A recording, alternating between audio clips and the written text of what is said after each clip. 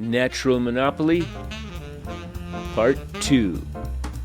A microeconomics video lesson by Eric Almeroth. This is the table of product market structures we've seen a couple of times now. This shows the 4 different markets of the product market, with 5 different aspects in each market. Monopoly, by definition, is one business or one firm in a market. It is the only product of its kind.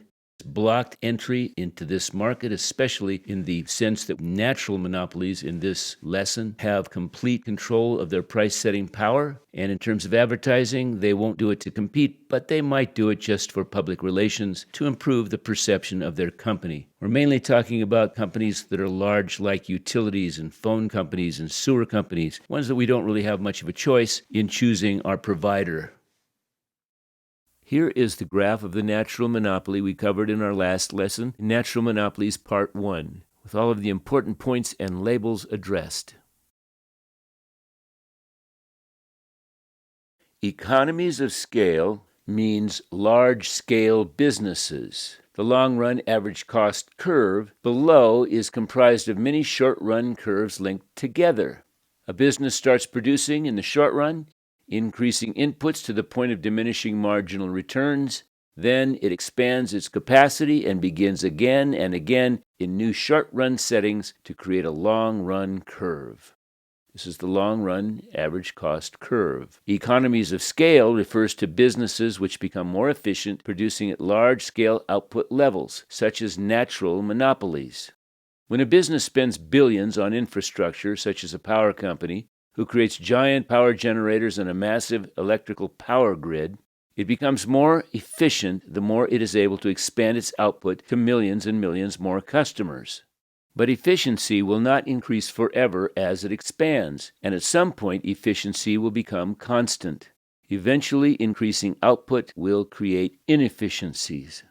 So this first part of the curve is where we see increasing returns to scale. That means as it expands its output, it's getting more efficient and costs are decreasing. What's happening here is when they have 2 times the inputs, they see greater than 2 times the output. This mid-range is called constant returns to scale. This is where we see 2 times the input equals 2 times the output. So this is a long period of production and output.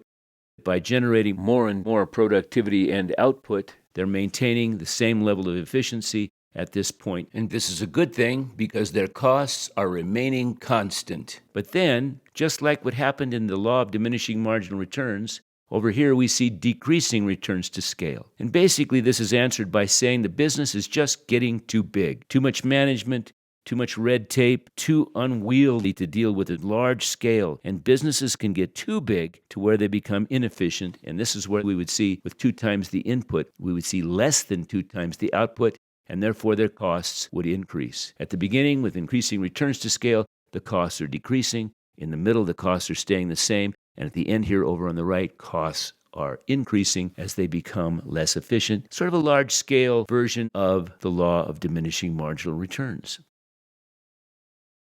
So this is the natural monopoly graph with the long-run average cost curve applied, so you can get a better visual of how a natural monopoly is in fact an economy of scale, getting more efficient, producing at larger quantity of output levels. Natural Monopoly, Part 2,